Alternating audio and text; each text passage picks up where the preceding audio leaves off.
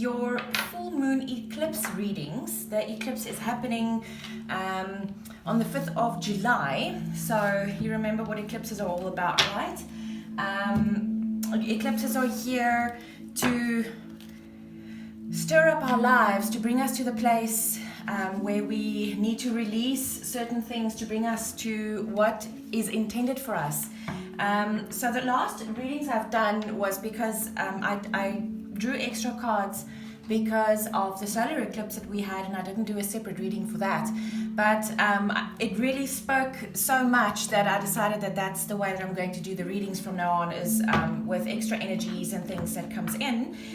It just gives you a little bit more meat, and it tells you a little bit more about the places that you need to focus on, whatever is happening on that specific moon phase. So I decided that that's how I'm going to do this. So let's get into your reading, shall we? Thank you, Spirit and Angels, for your guidance. Please, can we have the overall energies for Aries for this full moon eclipse on the 5th of July, please? Overall energies for Aries for the full moon eclipse on the 5th of July. Ooh. Yes, Aries, your cards seem a bit unruly, but yes, Mars just turned retrograde in Aries. So yeah, and surprise, surprise, I think this might be very much the same cards that we got for you last time. The King of Water and the Ace of Fire. I do remember in the last moon phases reading with the solar eclipse, it was also water and fire. And what I said was, I get the feeling that the water is here just to balance out the fire. Because yes, Aries fire is going to be huge right now because of Mars in Aries. So yes, that's going to be a very interesting thing. Let me just get my bearings here, I'm sorry. My mind is going all over the place with the water and the fire now. It's unbelievable that exactly the same thing came out again. Wow. Okay, so what I'm going to do now is I'm going to draw your moon phase readings. And I'm going to draw 2 Kipper cards as well, and then an angel card for the end of the reading for physical guidance. So, thank you, Spirit and Angels, for your guidance. Please, can we have the energies that Aries need to be aware of for the full moon eclipse on the 5th of July? Energies for Aries for the full moon eclipse on the 5th of July. It's going to be an interesting, what jumped out? You are good enough. Just jumped out. This has also been a recurring theme, is the You're Good Enough card. I think that's something that all light workers struggle with, and that confidence is the key to your success. Okay, I think we're done shuffling here. Okay, so first card, what am I releasing? Second card, what is the solar eclipse bringing in for me? Third card is your outcome. And then we're going to draw you 2 Kipper cards, just to get something more in the mix as well. 2 Kipper cards for Aries, please. Okay, I'm not going to take that one. I do these readings a little bit differently from my normal readings. I don't necessarily take the cards that jump out, I just acknowledge them. Okay. 2 Kippers. And then 1 angel card. I love these angel cards, I must be honest. It's just like it puts a little cherry on top. Thank you, angels, for your guidance. Please, can we have 1 card of guidance for Aries for the full moon lunar eclipse on the 5th of July, please? Sure, your cards are really unruly, Aries. Okay, 1 card, angels, please, for Aries for the lunar eclipse on the 5th of July. Okay, and we'll read that at the end. Right, Aries, let's see what you've got here. So the first card, what am I releasing? Surrender to the divine.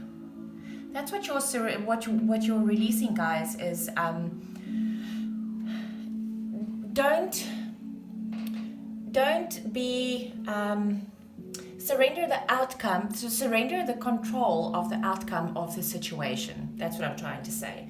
This is what you're releasing. You're releasing the feeling that you always have to be in control of every single situation. I do get why you are like that. Aries, being the god of war and chaos and everything else, Aries is a very, very passionate sign. So I do understand that you want to have control, but if you surrender to the divine, you give the universe the chance to give you what you want. But if you keep on controlling everything, you will never really get what it is that you want. What is coming in for you? A fiery climax approaches. Full moon in Aries. Wow, so guys, what is coming in for you is this cycle that you're in at the moment is definitely coming to an end. Now, I've been saying for quite some time that the struggle for Aries is over. It's done now. You can move on. You're done with it. This for me tells me that this struggle for you really is over. It's gone now. But you need to surrender to the fact that the cycle is done. I got the feeling that you kept on holding on to the old cycles, not even realizing that they are gone. Aquarius had the same energy for quite some time now, and I do feel that what's coming in for you is so much easier than what you've been having the last few years, I think. The outcome, hold your vision. Whatever it is that you want, hold your vision for that, because that's what the universe is going to bring in for you when you surrender.